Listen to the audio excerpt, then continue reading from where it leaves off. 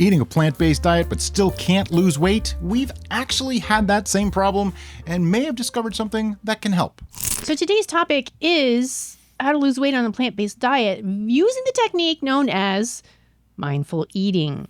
Yeah, and this is, we just put that term on it. I don't know what it's really called, and it doesn't really matter. It's all about the technique and the methods used, not really what you call it. So this is something I've been watching. I watch a lot of YouTube videos. I read a lot. I read studies on nutrition, tons and tons of information. And one thing that I found is everybody says, oh, if you go onto a whole food plant-based diet, you'll lose weight. The pounds will just fall right off of you. Well, not necessarily, because here's one thing, and I know I can't be alone here. When I sit down to eat, I want to roll away from that table, okay? I stuff myself. Now, a lot of this comes from when I was younger. I don't want to be too harsh on this, but when I was younger, I was told, you've had enough to eat. When I was incredibly thin, I was 6'1", 155 pounds when I graduated high school. I was very active into sports and activities and martial arts, so I had a huge need for calories, where my parents would tell me, you've had enough. I'm not sure that I did, because I ate 2 more meals every day that they didn't even know about at school. Now, his upbringing was vastly different from my upbringing, but I still suffer from the same dilemma of wanting to just shove food down my gullet as fast as possible. And my mom always attributed that to the school system and that we had a very narrow time frame for us to eat. And I have epilepsy, so I have to eat a certain amount of calories at a certain amount of time every day. If I go off of a schedule at all, it messes with my head. And so this was a big problem for me going to school, and I would just eat as quickly and as much as I possibly could in order to fulfill that nutrient requirement and still make it back to class on time. Yeah, I had the same problem. You know, you'd stand in line for food for like 20 minutes and you only have 35 minutes or 40 minutes to eat all total. And then you still have to use some of that time to get back to class. So you literally have like 5 minutes to eat by the time all is said and done. And that combined with I was in the military and being a wedding photographer, which I don't know if you've ever watched a wedding photographer at a wedding. If they get 5 minutes to sit down and eat, that's a lot. There's a lot of weddings that we had to skip meals. We just couldn't eat because there was 0 time for us to stop at all. So all those things combined with the 2 of us together, by the way, we used to be wedding photographers. I didn't know if anybody knew that or not. All those things combined, we both speed eat, and we found that we were eating a lot more. Like I could pile in the food before I even realized it was hitting me. So I'd walk away stuffed. And it's actually really sad because we both really, and I mean really, enjoy food. So the fact that we took all this time and effort to prepare these great meals and then just inhaled it so quickly, we didn't get a chance to enjoy it. 5 minutes. We hardly had a chance to taste what we were actually consuming, and it was really a waste beyond the fact that we were eating way too much. Right. Because here's the thing, since like the first of the year, we've changed our diet. We're eating better food, higher quality food, more whole food, plant-based, and trying to cut the fat because I'm diabetic. So we're trying to keep the fat really low so that we don't have problems with my blood sugars. And I wasn't losing weight. I lost a little here and there, but not that much. And it was very easy for me to put the weight back on. And I started thinking like, what is going on? But in the back of my mind, I kept saying, it's gotta be that I'm eating too much. But how can I not eat so much and still feel full? Because a lot of the diets, you know, you'll hear, you can eat as much as you want. Well, that's just not true, okay? It's just not true. Until you flip a switch and you eat differently. So it's not so much for us what we eat, because we already eat pretty solid, good food, or how much we eat, because we are eating less, but you're going to want to eat less this way. It's how we eat. So the first thing that we started off with is Brian changed how he served the food on the plate. This is huge. When I make food, like say I'm going to do food for 2, I'll use a serving of beans, just like it says on the can. I'll do a 1/4 cup dry, or I think that's like a 1/2 cup of actual beans, but I usually do a full cup for beans anyway. When it comes to pasta, it's 2 ounces. All those things, I make a serving of a meal. Like say I was making, a pasta dish. I'd have the right amount to serve 2. Then I split that into 3, give her a third, give me a third. A third is still in the pan on the stove.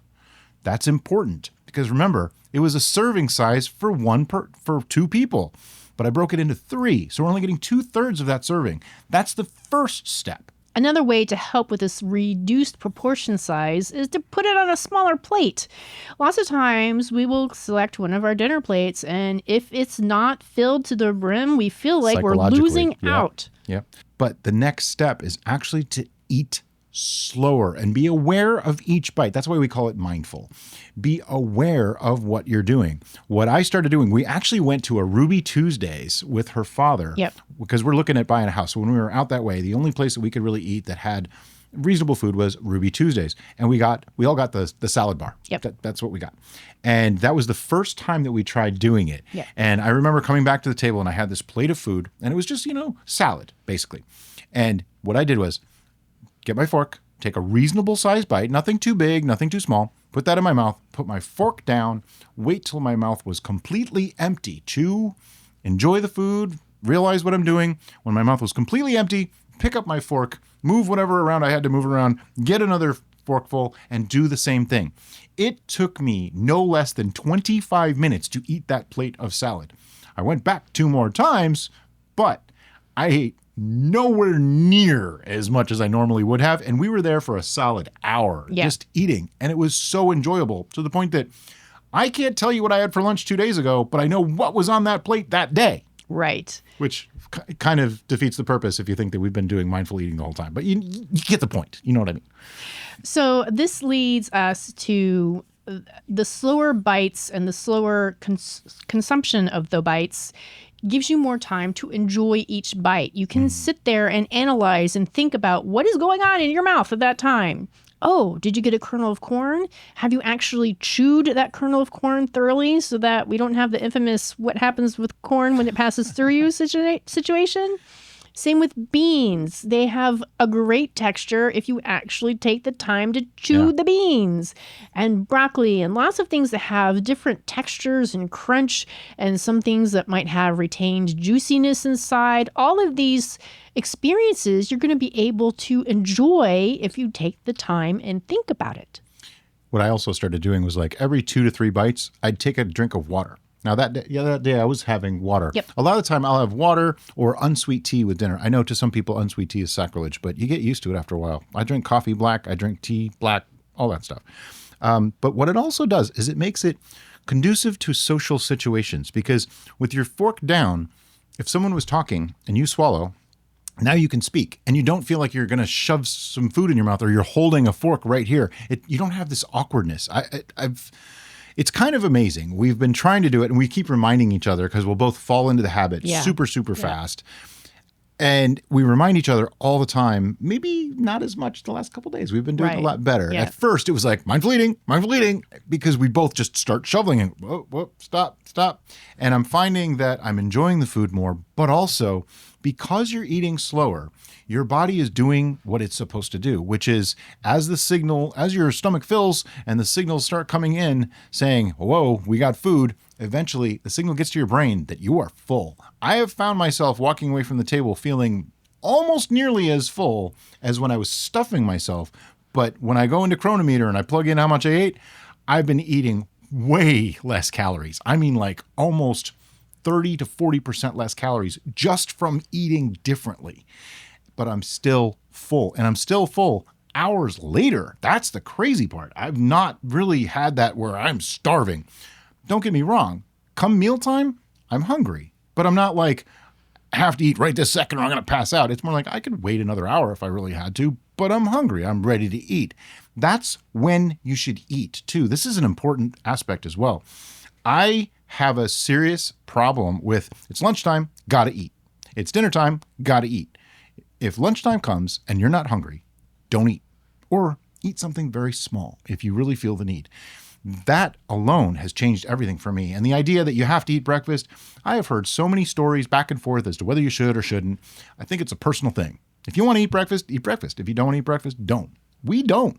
I have coffee. I used to have a banana or some fruit in the morning. I don't even do that anymore. I have my first meal probably between 10 and 11 o'clock every day, and I have my last meal between 5 and 6 every day. Now, we know that first meal is quite We call it often brunch. breakfast for some people, but for us, that's our Yeah, I get up at midday 5 o'clock meal. in the morning. Yeah. So eating at 10 or 11, that's 6 hours later. Yes, I am intermittent fasting, but I don't call it that. I don't ever claim that that's what I'm doing, because as soon as I put a name to it, I'll stop doing it. I just know me. I don't like rigid rules like that. So this works because this isn't a rigid rule system. This is a enjoy your food. I mean, we put so much effort into it. We have a whole channel. We spend so much time working on it. Why not enjoy it? So another added benefit to this style of eating is that you're actually working with the body's natural way of digesting food. Did you know the digestion process actually starts once your food hits your mouth? That's right. That's what saliva is doing. It is starting to break down the food in your mouth. So the longer you're chewing, the longer you're savoring that food in the mouth, the better your food is breaking down before it gets to your gut. And that is going to allow your stomach to operate better, causing less problems with digestional distress. And it's going to cause your butt biome in your gut to work better as well, because they have smaller particles to deal with. Lots of things are going to run smoothly, pun intended. So another thing that I found is looking around at what's the best diet, blah, blah, blah. I'm not even going to get into that in this particular video. But one of the things that I saw was the Okinawan diet. And this got me curious because I hadn't actually seen it referred to that way. One of their tenets, though, this is the only part that's pertinent to this discussion, is they say, do not eat till you're full, eat till you're 80% full. And I have a tough time with this one sometimes. I'm trying. I don't always do it, but I do try. And the idea is this. If you mindfully eat and you only eat till you're 80% full and you walk away from the table, most of the time, you're not going to be hungry anyway. You're just not. So we are cutting the calories all over the place, several different methods. And it's almost like a backup system to a backup system. And then eating more slowly, putting the fork down. Honestly, meals have been much more enjoyable. Yeah. It's really interesting. I didn't think I was going to be able to stick to this, but we've been doing it for now, over a week? Yeah. I think a week and a half or so. And here's the biggest thing. My blood sugar numbers are already starting to drop down, and I'm dropping weight. Don't get me wrong. I've fallen off a couple times, ate some stuff. Maybe it was a little more fatty than I should have, but I'm working on that. Nobody's perfect. And that's the key. If you mess up, if you do have a bad day, if you eat something that you shouldn't, if you ate too much or whatever, don't beat yourself up over it. Just do better next time. And that's all you can do, is just do a little bit better today than you did yesterday. Eventually, it becomes a habit and it becomes normal to eat this way. I mean, I wasn't always plant-based, and for a long time, I only went plant-based in my brain because it was healthier for me. That was the only reason, is because I have diabetes. That's why I went health-based, or that's why I went plant-based. What am I saying? And over time, now I see memes of people cutting meat and stuff like that, and I involuntarily make this face. And I just realized this recently, that is now disgusting to me. It's not even something that I'm interested in eating or consuming. Regardless of the ethical concerns and things like that, of course, that's very important too. But just the very concept of those textures and things are unappealing to me. And that was learned. That was something I had to learn over time.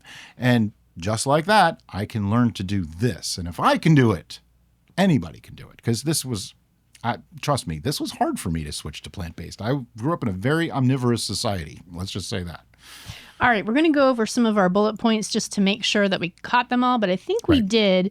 We probably just didn't stress them as much as maybe we should have. So we're going to put names on them. I'm going to make them up on the spot. All right, so the first one was the smaller portions. The rule of 3. Make 3 portions that are really for 2 people and only eat 2 of them. That way you have 1 portion left over. The second is simply to eat slower. That's just eat slower. No name for that. The third is to think about the process. Enjoy the food. I mean, just, enjoy it. That's all. There's no name for that one either. This is too simple. I can't put names on it. Fourth is put your utensil down. Yeah, that's huge. I found that by doing that, it worked really, really well. Now I find I'm not putting it down as much, but I'm like resting my hand holding the fork, which is practically the same thing. Not really a problem. And I'm still waiting till I'm empty before as long as you're not hovering with that next bite. I'm just like holding it. But I think setting it down, I'm going to start setting it down again. I'm just going to do it. Just going to sit it down. Let it go. Lean back in the chair, Let it have a go. sip of water, that kind of thing. Which brings us to enjoy a conversation. And I'm going to talk even more. Be afraid, people. Be very afraid. And you can engage the people that you're sitting with. Mm-hmm. What flavors are you getting? What is your favorite ingredient in this dish? There's a couple things we didn't actually talk about. Don't eat in front of the TV or the computer, because what happens is you just start mindlessly shoveling food into your mouth that way. Yeah. Don't do it. We sit right here in these exact spots, and this is how we eat every meal.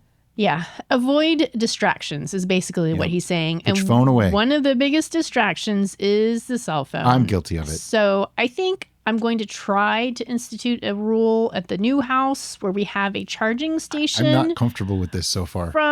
For our phones that is away from the dining table. Yeah, and that it's way, probably a great idea. because whatever is happening on that phone is going to be there for you when you're done eating. That's true. It does not have to interrupt your meal. That's true. And that way you'll be more aware of what you're doing while you're eating.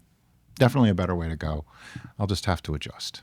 And the last bullet point is simply to drink water. Drink a lot of water. Yeah. And some people even suggest drinking a full cup of water before you eat and a full cup of water after you eat. I was doing that for a while. I had a Yeti that I was drinking like 34 ounces of water after every meal. Got to be a little bit much, but it can be done. It does two things that we didn't really talk about besides slowing you down because you're physically Fills you up, drinking too. water. Is one, it does fill you up. It fills that void in your stomach with a liquid. And another thing is it actually helps lubricate the system. So if something is too dry or something might have an irritant into it to your particular digestive system, having that liquid, particularly water, which is the best one, is really going to help make things work better. Especially if you're on a high fiber diet. Some people who are new to a high fiber diet may not be used to the way things work. So drinking more water can actually prevent serious issues. Yep. I don't want to get too into it because I'm not a doctor, but I know of people who have had problems because they started very high fiber intake and weren't ready for it. They weren't drinking nearly enough water. They had just some blockages, you might say. Yeah. So I think that pretty well covers this. If there's some way or some trick or some method that you use to help you eat in a different way, to help you lose weight on a plant-based diet, let us know in the comments below. And as always, guys, thanks so much for watching. We'll see you next time on The Bistro.